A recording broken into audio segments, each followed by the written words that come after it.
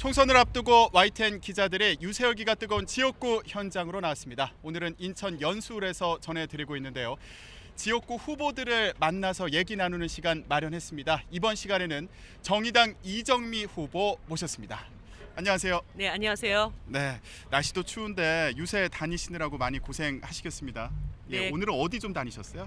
오늘은 이곳 옥년 전통시장 두 군데를 좀 돌았고요. 그리고 센트럴파크 앞에서 지나가는 우리 주민들께도 인사를 드리고 또 네. 많은 자생단체들이 있습니다. 자생단체 분들이 지지방문 오셔서 또 그분들과 인사 나누고 그런 활동을 했습니다. 제가 옥년 재래시장 가셨다니까 꼭 여쭤보고 싶은 게 있었어요. 네. 어느 기사를 보니까 그 재래시장에 단골 호떡집이 있다고. 네, 네. 예, 어느 집인지 저도 궁금했거든요. 그 집 이름이 그냥 호떡집입니다. 그 전통시장 한가운데 있는 호떡집인데요. 한번 꼭 드시고 서울 그러니까요. 가세요. 절대 잊지 네. 못할 맛입니다. 저희도 오늘 방송 끝나고 시장 한번 들러봐야겠습니다. 그래야겠습니다. 예, 네. 그 얘기를 들으면서 제가 했던 생각이 그거였어요.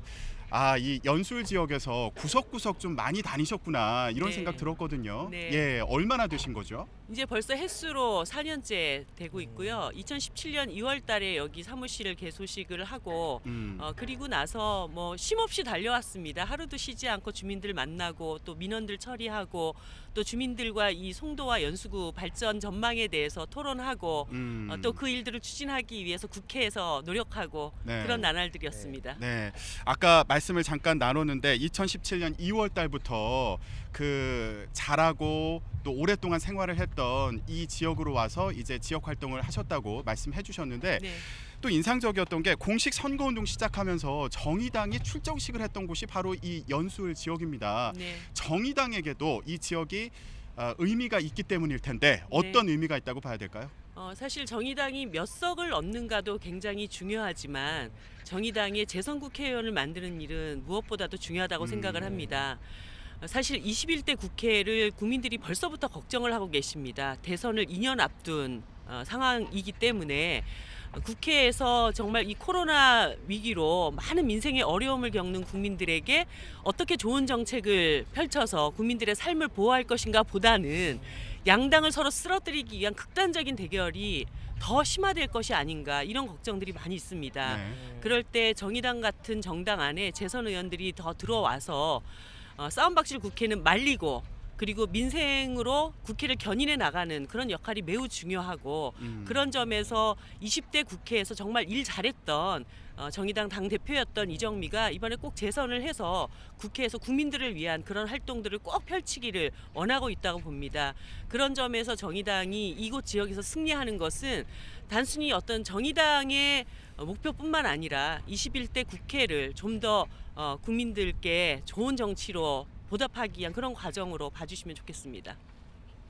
네, 그동안에 선거운동 하시면서요, 그 유권자들 많이 좀 만나보셨을 텐데 저희도 좀 미리 좀 만나보고 왔거든요. 먼저 인터뷰 내용 한번 보고 얘기 더 나누시겠습니다. 송도에 사시는 분들이 자꾸 서울 얘기들을 많이 하더라고요. 서울을 가겠다고 얘기들을 이제 뭐 여러 가지 이제 집값이나 이런 게 이제 많이 상승을 하지 않고 이러기 때문에 교통 같은 거는 그렇게 썩 좋은 편은 아닌 것 같아요. 예. 그러니까 자가가 아니면 대중교통으로는 조금 여러 그 시설 이용하는 게 좀 아무래도 좀 불편이 있어요. 어른들은 뭐 별로 변동 오는 거 좋아하지 않고 당신들의 그 편안한 안락한 삶을 그냥 요구하기 때문에 저는 그렇게 하신다고 생각하고 별로 그래서 변동이 없으셨다고 전 느껴져요. 사소한 것부터 이거 지금 이게 안 돼요. 사소한 거라니. 시정이 안 돼. 여기 주차장관이 뭐니 그런 게 지금 급한데 시급한 거는 지금 눈에 보이는 거는. 근데 그런 게 지금 안 되고 더 큰 걸 어떻게 바라겠어요 지금. 네, 그 인터뷰 내용 가운데 그 차라리 서울에 살겠다 뭐 이런 얘기가 있어요. 네. 송도가 국제 도시인데 왜 이런 얘기가 나오는지 궁금한데요. 예. 사실 이제 교통 문제가 가장 핵심적인 문제인데요. 이 송도국제도시 기업 유치도 많이 해야 되고 국제적인 도시로 성장시키기 위해서는 정주 여건이 제대로 갖춰져 있어야 합니다. 그러기 위해서는 교통 인프라가 굉장히 중요한데 얼마 전까지만 해도 광역버스가 적자 운영 때문에 폐선되는 그런 상황에도 놓였었거든요. 그래서 네. 제가 이런 광역버스를 지방자치단체가 지원할 수 있는 근거를 찾아내서 결국 이것을 부활시키는 과정도 만들어냈습니다. 지금 GTX 예비 타당성이 이제 통과가 되어 있는데 이게 송도에서 여의도를 거쳐서 서울역 마서까지 가는 그런 노선입니다. 근데 여기만 가지고는 좀 부족합니다. 근데 제가 여러 가지를 뒤져보다 보니까 서울에서 부천에서부터 출발해서 강남 잠실을 연결하는 남부급행 열차를 추진 중에 있더라고요. 그래서 어차피 부천에 환승역 하나를 만들게 되면 송도에서 여의도까지 26분, 송도에서 강남까지 35분 시대를 열 수 있겠다. 이것도 빨리 추진을 해서 일하는 많은 엄마 아빠들의 출퇴근 시간을 해결할 수 있도록 또 노력을 해야 합니다. 그러면 여기서 여쭤보고 싶은 게 일단 다른 2명의 후보들은요. 국토부 출신이다 또는 이 지역의 현역 의원이다. 그래서 공약을 실현할 수 있는 힘이 있다 이렇게 얘기를 하는데 후보님 같은 경우에는 지금 말씀하신 그런 공약들 어떻게 실현할 방안을 갖고 계신지 그것도 얘기했으면 좋겠어요. 이 GTX-B 타당성이 통과되는 과정에 사실 민주당은 별로 한 일은 없었고요.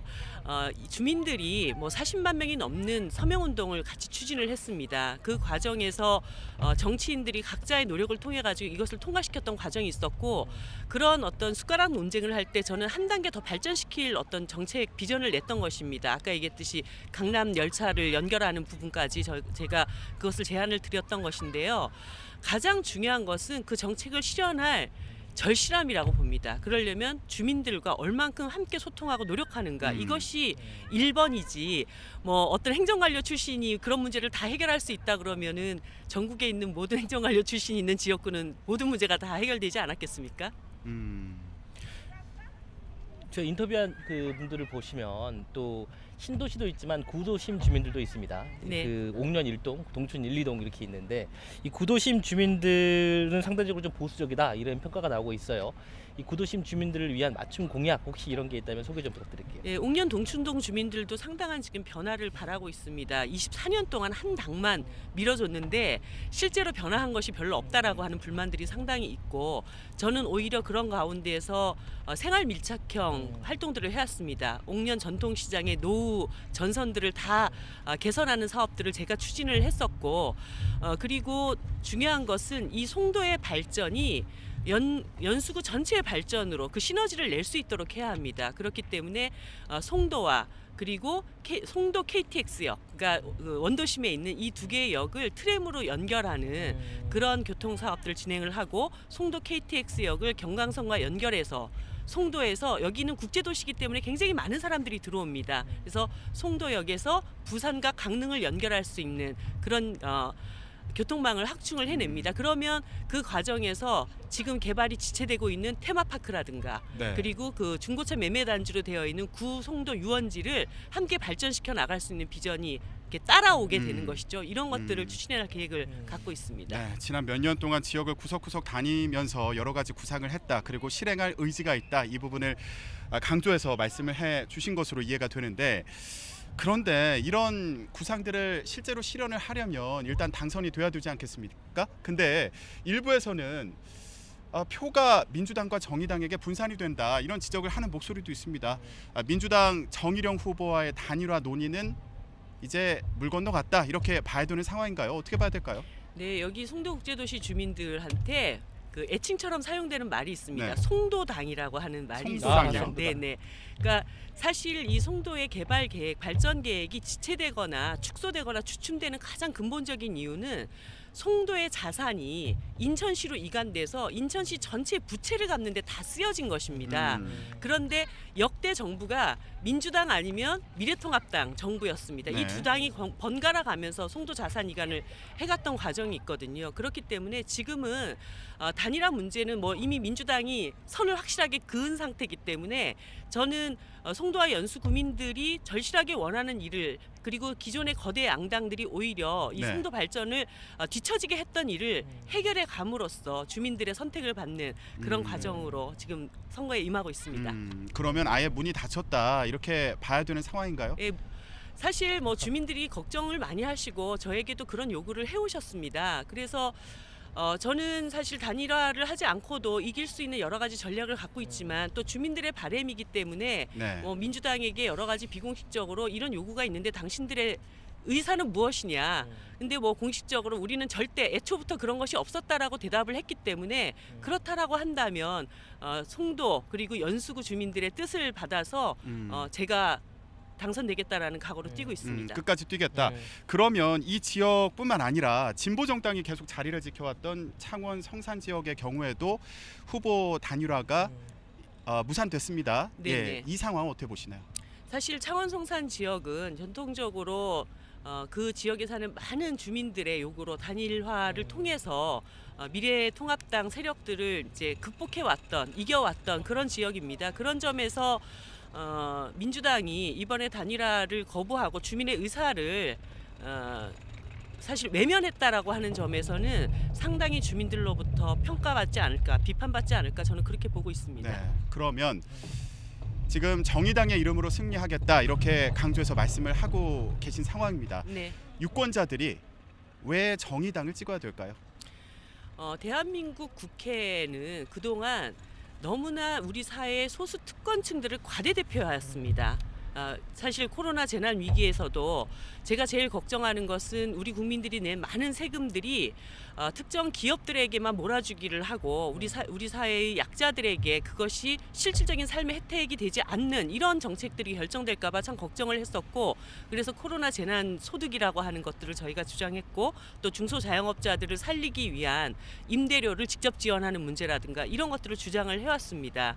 사실 정의당이 이런 주장을 하지 않았다면 지금 이제 거대 양당들이 재난소득에 대해서 다시 얘기를 시작하고 있지 않습니까?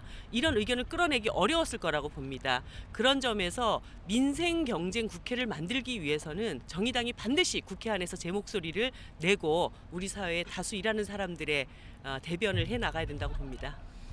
네, 마지막으로 홍보 시간을 드리겠습니다. 이 카메라 정면을 좀 보시고요. 이 아직 마음 정하지 못한 유권자들에게 한 말씀 부탁드립니다. 네, 송도 동춘 옥년동 주민 여러분, 사실 지금 민주당에서 사실 지금 민주당에서 몇 개의 여론조사를 가지고 전통적인 어떤 그 선거 전략이죠, 사표론 심리를 다시 퍼뜨리고 있습니다. 하지만 저의 지지는 지금 무너지지 않고 오히려 상승을 하고 있습니다. 그리고 이 지역의 합리적인 보수층들도 이정미 정도면 괜찮겠다, 그 지지를 보내주시고 있습니다. 이정미를 믿으십시오. 찍어주시면 반드시 당선됩니다. 감사합니다. 네, 알겠습니다. 오늘 날씨도 추운데 또 나와주셔서 고맙습니다.